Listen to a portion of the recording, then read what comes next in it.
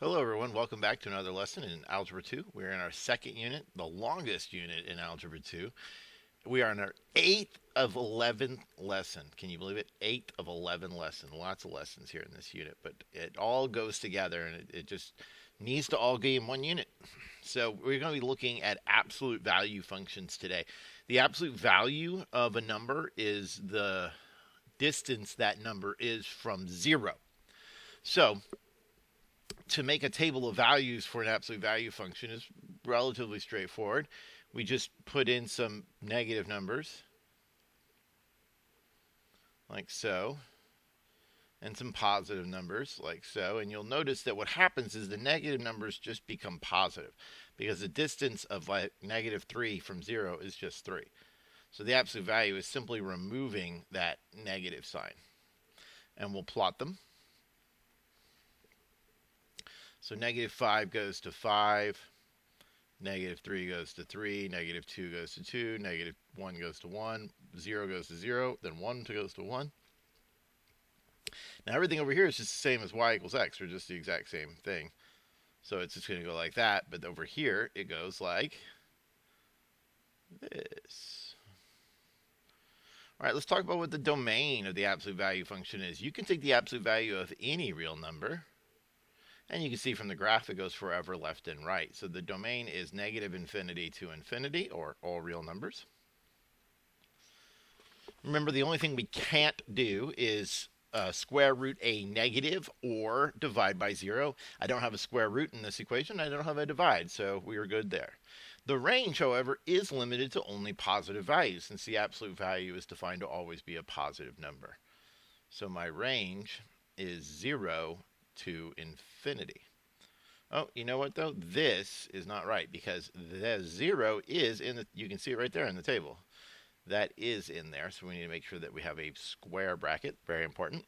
And we always use parentheses around infinities because we never actually reach infinity. It's not a real number you can obtain. It's more of a direction.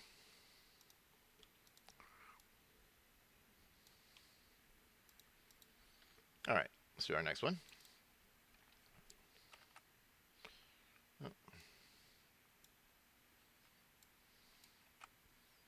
Now, what is going on there?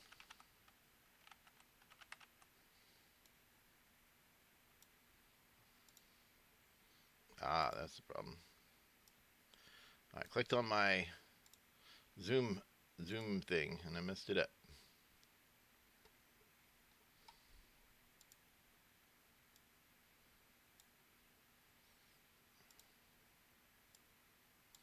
All right, there we go. Go to that. And I'll paste that one down. Okay, you'll have to pardon me. I'm missing an absolute value bracket right there. So, okay. There's lots of ways we can do this. We can make a table of values. We could also use our basic function transformations. I say we do both. First, let's talk about function transformations. Since this -1 is inside the absolute value function, it's going to move it left or right, and it'll be the opposite of what we think. So it's actually going to move to the right 1. It's also going to stretch by 2. That's the next thing that will happen. It will flip, and then it will move up 3. The important thing to realize is we have to follow the order of operations. We have to do inside the function first, then we multiply by -2, which flips it and stretches it kind of at the same time. Then you move up by 3. So we could certainly just plot some values and do that. But I'm going to go ahead and, I'm going to go ahead and do that. I'm going to use my transformation. So what I'm going to do first is I'm just going to plot the equation y equals the absolute value of x. And I'm just going to do it just very faintly here. And we just did this right above, right? Now I'm going to provide my transformations. I'm going to move everything to the right. And then I'm going to stretch it by 2 and flip it. So it's going to move, instead of going up 1 here, it's going to stretch by 2 and flip. Lastly, though, I need to move everything up by, oh, that should be here. I need to move everything up 3. 1, 2, 3. So what I'm expecting this graph to look at like is something like this, okay? Well, let's make a table of values and see how that works out. I'm going to put in some negative values and some positives. Let's try negative 3, negative 1, 0, 1, 2. Let's do 4 and 5. All right, if I plug in negative 3, I'll get negative 2 times the absolute value of negative 3 minus 1 plus 3. So negative 3 minus 1 is a negative 4. And what is the absolute value of negative 4? 4. And what is 4 times the negative 2? That is negative 8. So we have negative 8 plus 3, which is negative 5. So negative 3 should go to negative 5. And if you don't mind, we drew a little sketch to practice our transformations, which is a great way to get just a rough sketch. But since we're making a table of value, I'd like to try that again. Try and make it just a little bit more accurate, if you don't mind. Actually, you know what I'm going to do? I'm going to repaste it. But I want you able to do that. I want you able to use tables of values to get graphs, but I also want you able to use your basic transformations that we learned to then you will be less likely to do if you make a little math mistake and you have the point way off of where your transformations tell you should be, then you need to recalculate it. All right, let's do negative 1. So this is a negative 2 times the absolute value of negative 1 minus 1 plus 3. Negative 1 minus 1 is a negative 2. The absolute value of negative 2 is 2, and 2 times the negative 2 is a negative 4, making this a negative 1. All right, let's plug in 0. 0 minus 1 is negative 1. The absolute value of negative 1 is 1. And 1 times negative 2 is negative 2, plus 3 is 1. We'll plug in 1. 1 minus 1 is 0. The absolute value of 0 is 0. 0 times 2 is 0, plus 3 is 3. We'll plug in 2. 2 minus 1 is 1. The absolute value of 1 is 1 times negative 2 is a negative 2, plus 3 is 1. And we'll do 4. I'll do this one on paper. I know I've been going through that kind of quickly, but I feel like you can take your time and do it yourself. So I'm plugging in 4. 4 minus 1 plus 3. 4 minus 1 is 3. I meant to write a negative 2. I was saying 3. And negative 2 times the absolute value of 3 is 3. So negative 2 times 3 is a negative 6, plus 3 is a negative 3. Plug in 5. 5 minus 1 is 4. The absolute value of 4 is 4 times the negative 2 is a negative 8, plus 3 is a negative 5. So when we plot these points, we have negative 3, negative 5, negative 1, negative 1, 0, 1, 1 goes to 3, 2 goes to 1, 4 goes to negative 3, and 5 goes to negative 5, giving us that shape. And I think it's pretty close to what we had kind of estimated by just doing our transformations. There's a lot of transformations, right? You had to shift twice, stretch, and flip. But it gave us a pretty good idea what it was going to look like, didn't it? All right, I want you to... oh, you know what? We should state the domain and range here before we do a practice problem. So the domain is still negative infinity to infinity. I'll just call it D for domain, okay? But the range is now going down, and it reaches the highest point at 3. So my range is going to be negative infinity up to and including 3. And we could also use inequalities if you prefer. All right. I want you to do some practice problems. You may graph these with a table of values, or you may use transformations. Whatever it takes. The sketch does not have to be perfect. In fact, the domain and range is probably even more important, and the general direction of the graph. That's also extremely important. So practice these, and then we'll go over them. Okay, let's see how you did. This is just a negative applied to the absolute value function. The absolute value function looks like this, okay? It looks just like the line y equals x, which goes at a 45-degree angle, but then it's reflected over the y-axis for the other side. So if I'm going to put a negative outside of it, that means all the y values are made negative, then I'm simply going to experience this flipping down like so. Now, again, let's start with the absolute value equation like this. What does this transformation do? It's going to shift it 3 to the left. So 1, 2, 3. And like something like that. And I'm probably not being super accurate. Oh, you know what? I didn't say the domain and range on this first one. Let's make sure we do that. That is super important. The domain is negative infinity to infinity. And the range is negative infinity up to 0 because remember this little blue line there, that's not my graph. That was just there for me to remind us of the shape of the absolute value. You can see that this green curve that is my graph reaches the highest point at 0 and then starts going back down. Over here, the domain is negative infinity to infinity.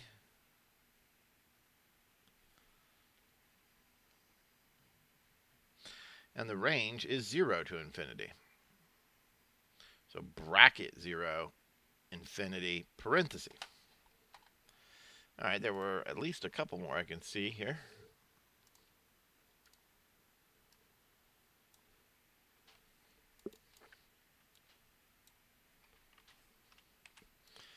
Okay, so this one here has got a lot of transformations. We're going to move 3 to the left. We're going to have it and then move down by 4. So let's do that in that order. Okay, here I am at 0, 0. That's on the curve. I'm going to move that 3 to the left. 1, 2, 3. Remember, insiders lie, and they move side to side. So that's left 3. 1, 2, 3. Half of 0, half the y-coordinate. 0 is still 0, and then go down 4. All right, let's do the next one. Usually 1 goes to 1, but now we're going to go 3 to the left. We're going to half, and then we're going to go down 4. So to negative a half, negative 1.5, negative 2.5, negative 3.5. So I think you can see what's happening is that instead of going up at its usual 45-degree angle, we're going up at a slope of 1 over 2. So it's a little bit more gentle. And likewise over here on the other side of the branch, it's going to be the same kind of thing. The domain is going to be negative infinity to infinity. And the range is going to be negative 4, that value there, to infinity. And so you remember, the smallest value you can get from an absolute value is 0. So you can think of this, when you're trying to find the range, the smallest value is 0, and then take away 4. That's why that smallest value is negative 4. All right, this one's, I think, is a little bit easier. It's just going to be shifted to the right 4, and then instead of going up 1 over 1 to the right, we're going to go up 1 over 2. So it's going to be a little bit steeper. It's going to go like something like this, right? And the domain is negative infinity to infinity. And the range is 0 to infinity. Notice that these sideways graphs, even if we stretched them, unless we flipped them over, the domain and range are the same as the original, what we call parent function for absolute value. And that's because moving side to side does not affect the domain of a graph that's negative infinity to infinity.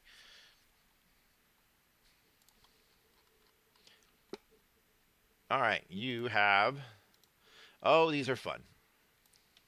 You get to identify the equation that goes with a graph.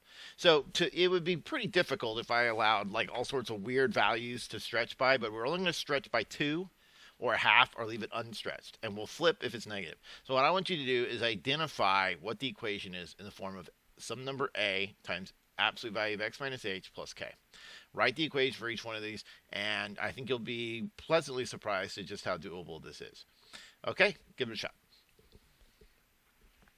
Okay, so I think the only challenging part really is the A value, especially since these graphs are kind of rinky-dink. I didn't give you good graphs. Sorry about that. So as long as you're, kind of close on the A value, don't beat yourself up on that, but we should be able to get the H and K right for sure. So this equation here, it's definitely a negative. I hope you realize that there's a negative A value. It is a little steep. It's going down 2 over 1, down 2 over 1. It's definitely steeper than the normal. So I'm going to say negative 2.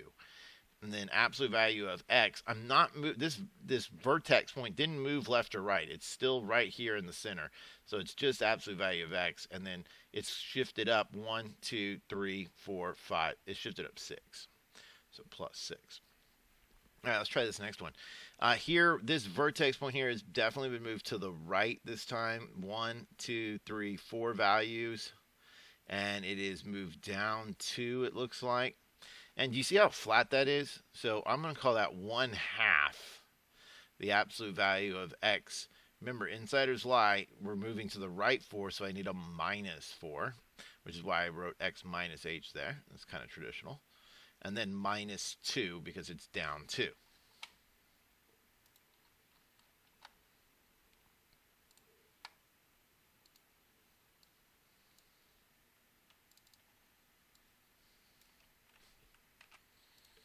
All right, let's take a look at these here. This one is, that looks to be, to me, the same. That is the regular steepness. It's moved 1, 2, 3 to the left. So y is equal to the absolute value of x plus 3, because insiders lie. And it's moved down, I think that's 9. You can count it for me if you want, but I think that's close enough. All right, this one here is just moved to the right, and then it's flipped. 1, 2, 3, 4, 5. Insiders lie, so this is equal, getting myself room. It's a negative because it's flipped, and then we said what, 5? So x minus 5 on the inside. All right, well, I hope you enjoyed those. I think those are kind of fun.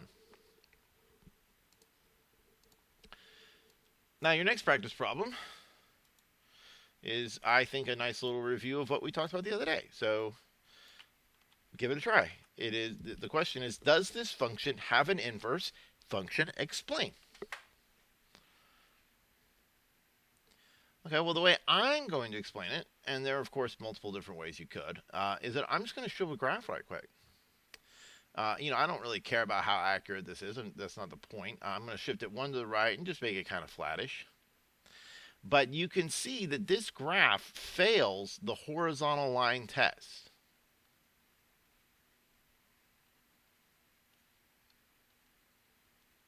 Yeah, it fails it because this here would cross more than one place. So when you take its inverse, and taking its inverse is going to flip it a little bit. It would actually flip it like that, would no longer be a function, and the inverse would fail the vertical line test. So no, this does not have a function, an inverse function. It is a function, but it's a function without an inverse. Okay, would you try graphing this? Here's a graph of f of x, and on the same grid, I want you to graph negative f of x plus 4. Give it a try.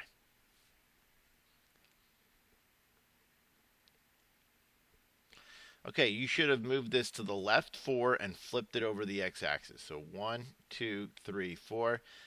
Flipping that over the x-axis, though, won't do anything because it's already on the x-axis. This one here is going to move 1, 2, 3. It's going to move all the way over to here. But then I got to flip it over the x-axis. It's going to move it down here somewhere, right? And then everything else is going to be kind of the same. Let me map this point right quick. That's a negative 2, 1, 2, 3, 4, 5, 6-ish. So move that to negative 3, 4, 5, 6, and go down to 6. So that gives me a little bit of an idea. It's kind of a straight line that just starts to bend, doesn't it? Okay.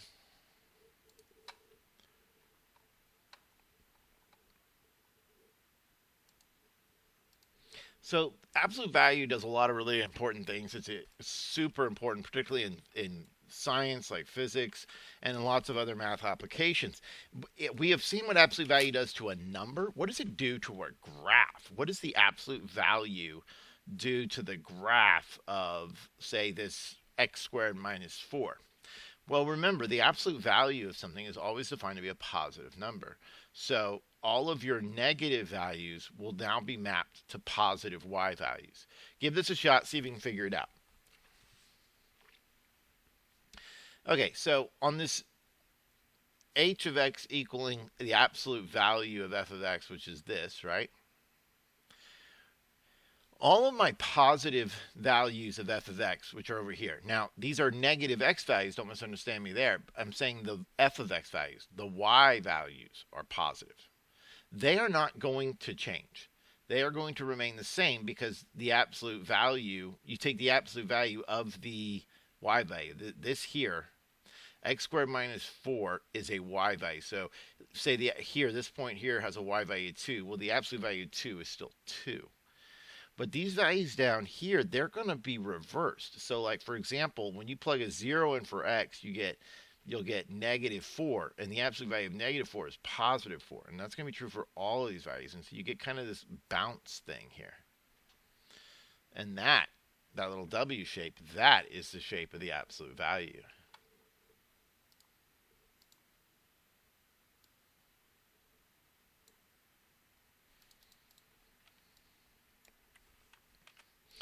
All right, we're going to graph the equation y equals negative 2/3 x minus 6 plus 4. What is the area enclosed by the x-axis and the portion of the curve above the x-axis?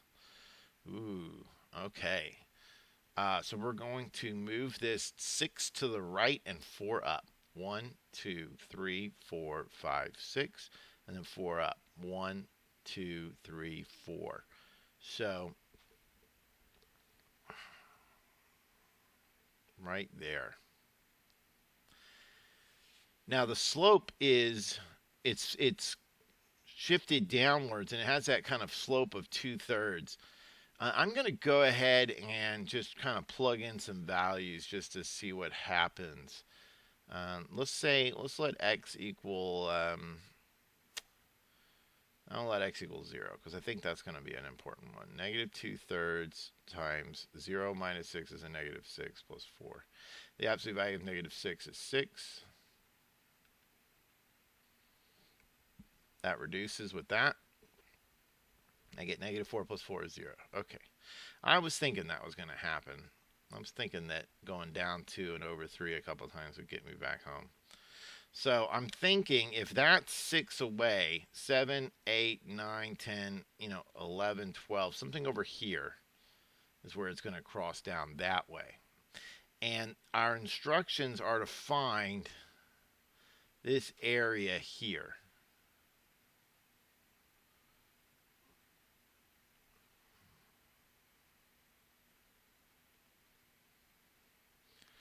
And I think we can do that.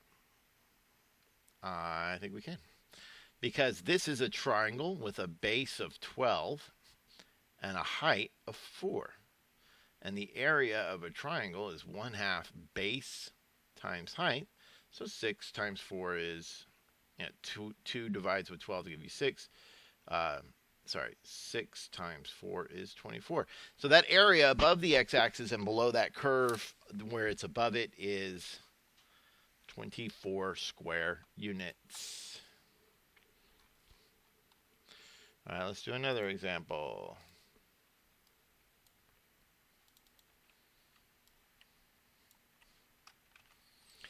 Graph this equation. Okay, well, it's not in the right form, so let's fix that. Yes, that's really the only thing. It's got a couple of issues, though, doesn't it? Because I don't like that 2 in there either, do you? Well, we can actually factor out a 2. So let's factor out a 2, and then we'll talk about what that will be. So I've got a 2 in each term, and that becomes x minus 2. And so here's the rule about absolute value. You can take out a positive number that's multiplied inside an absolute value. Just think about how that's not going to change anything. So I'm able to pull that 2 out in front, and that's just a property of absolute value. You can play around with that and see that that's definitely the case. If I've got 2 times 3 in absolute value, that's the same as 2 times the absolute value of 3. And as long as that 2 is positive, I can pull it out. Even if I'm multiplying it times a negative 3, it's still going to end up giving me the same thing because I get 2 on the outside of the absolute value of negative 3. Well, that's still going to give me 6. So, which is the right value because this would have been the absolute value of negative 6. So pulling out a positive constant and absolute value is totally allowed, and that makes it a lot easier for me to graph. This is shifted 2 to the right and 1, 2, 3 up, and it's just going to go up 2 over 1 to the left and the right, like so. Okay, I did not do a very good job graphing that. There we go.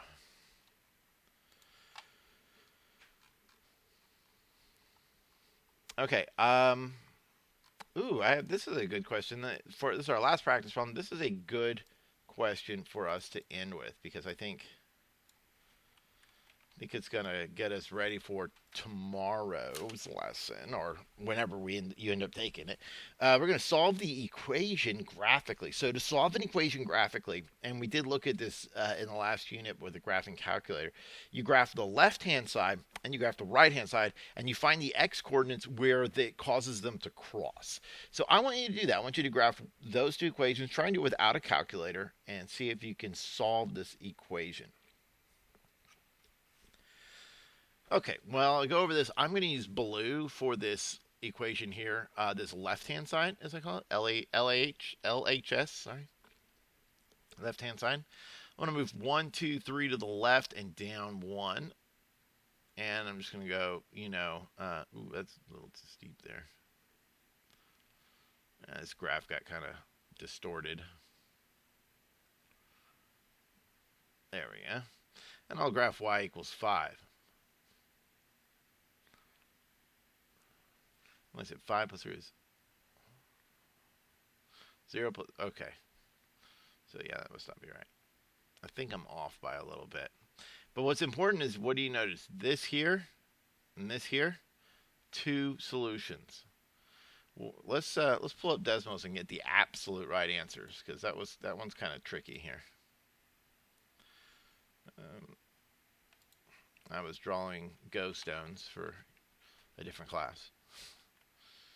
All right, graphing calculator.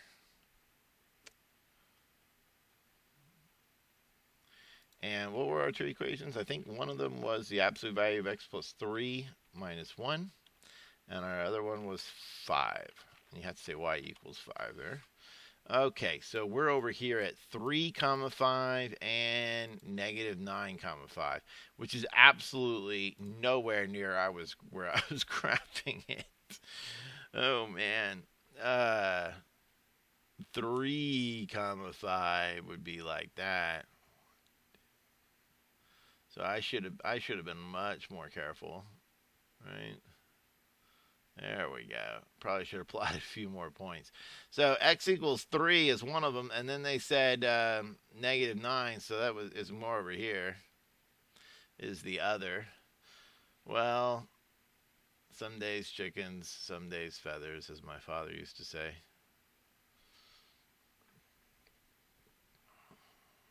Well, I don't know. He still says it, I guess. He used to tell me when I was a boy. Okay. So, I have a pretty cool exit ticket today. Absolute values are used in a lot of things, especially stuff that we need even more math to talk about. But one thing you're ready to apply to is lasers. So if a laser beam is fired at 5, 0 and reflects off a mirror parallel to the x-axis, 11, 3, before hitting a wall at x equals 20, what y position does it hit the wall at? So work through that and figure it out. Remember that lasers bounce off mirrors at the same angle of refraction is equal to the angle of incidence. So they make that perfect absolute value kind of graph. So try that. And then next time we'll work on solving the absolute value equation. So until I see you then, take care.